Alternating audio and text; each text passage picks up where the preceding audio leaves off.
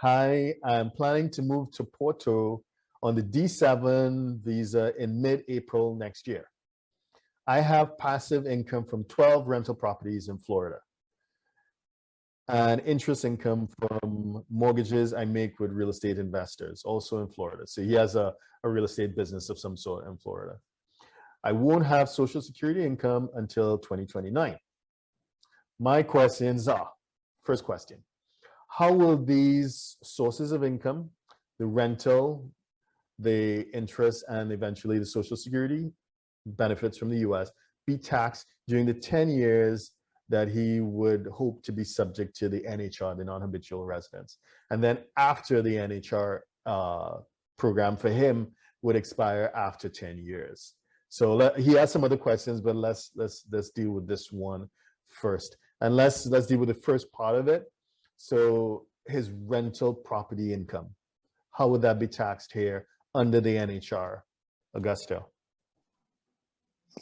Well, rental property would be exempt of taxation in Portugal under the NHR regime.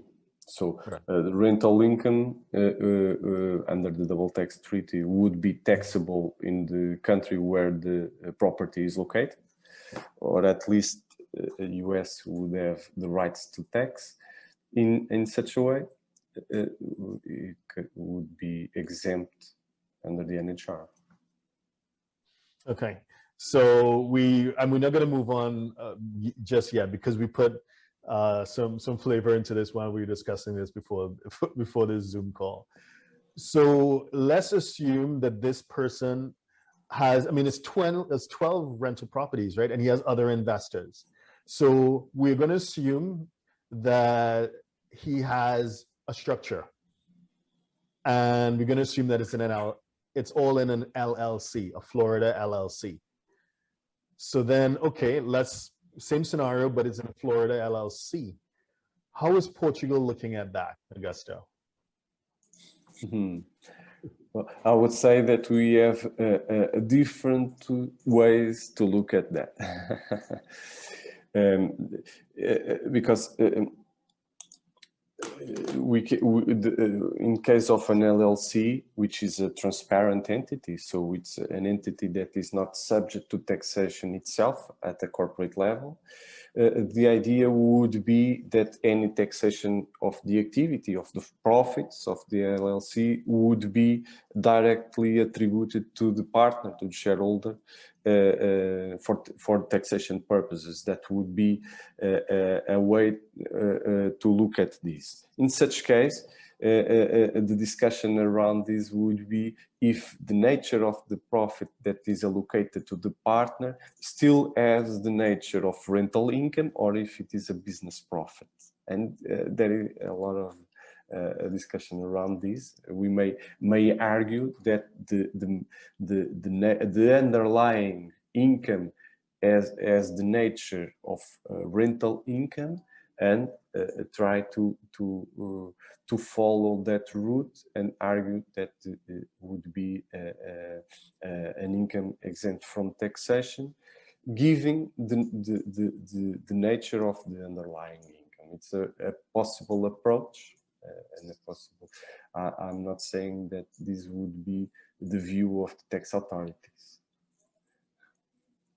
Yeah, so just to add to what Augusto's already said, it could be very, very nuanced, and especially so people, I know I've seen discussions and people have approached me and on our online forums on our website, and then they talk about invoking, I think it's Article 7 of the tax treaty, and it's business income, blah, blah, blah. But it really depends, because when you look under Article 7, that very first line, it speaks about having a permanent establishment here, in this case, in Portugal. So if it is that, I think a key factor, as whoever your tax advisors would be, a key factor for them to understand, which we don't know in this case, so we can't say one way or the other, but a key factor to consider is whether you have what we call substance or permanent establishment here in Portugal. So if it is that you are making decisions for that business from your home in Cascais or the Algarve or wherever it is you are. You're running that business from Portugal. So, then there's permanent establishment here, there's nexus here. So potentially that whole structure could be taxable in Portugal, potentially, right? So it really, really depends. Or if it is that you have a full team, boots on the ground in Florida, and all you're doing is you sitting back and you at the marina in Cascais and you're just having a good time and you're just receiving passive income, then that's another scenario, right? That is completely different from if you're actively involved. So this is something to consider. And we also get this as a slight segue. We also get this with some YouTubers as well. They may think, that your main audience, you're speaking in English on your YouTube channel and you're getting income, but that income is being derived from English-speaking audiences in the US. But the point is that you are running that enterprise from here in Portugal. So it really, it's something to consider, and you should really seek advice. And in that disclosure, really explain to your advisors exactly how your business is being structured. So, and just to get to the second part of his question, Augusto, he's asking, so what happens after the NHR expires? You want to comment on that? Okay. After the 10-year period, what happens is that the general rules applicable to the regular taxpayers in Portugal will apply. And the general rules would be that the overall annual income subject to progressive tax rates up to 48% of personal income tax, and of course some passive income. For instance, we are talking about rental income in the example, would be taxed at a flat rate of 28% as an option. Okay, great.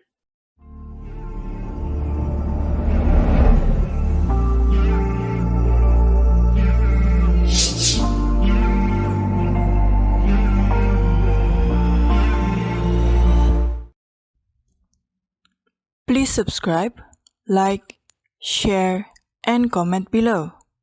Our books and upcoming events are available at htj.tax. Email us at help@htj.tax to engage us, to advise on international tax or business matters.